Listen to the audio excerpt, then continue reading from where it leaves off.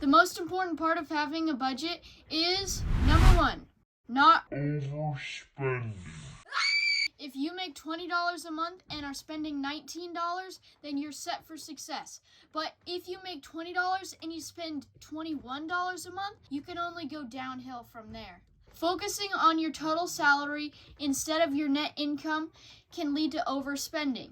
If you have to give tithe to church, or you accidentally crashed your bike into your neighbor's car and have to pay them monthly on the damage, moment of regret.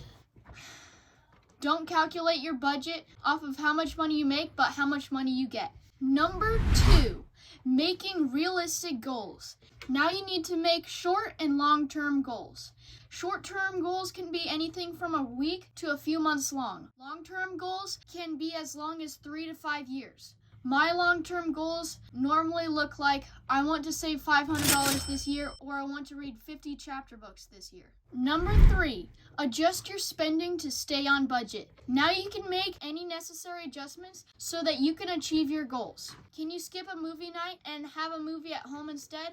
Take a closer look at your spending habits. A need may just be hard to part with. Even small adjustments may add up to a lot of money. You might be surprised how much money you can accumulate by making one small adjustment at a time. Now that your budget is set, be sure to check it regularly. You may have reached your goal, or you want a new one, or you have an unexpected expense, or your expenses may have changed. Whatever the reason, get into the habit of checking your budget and following the steps above. Thanks for watching.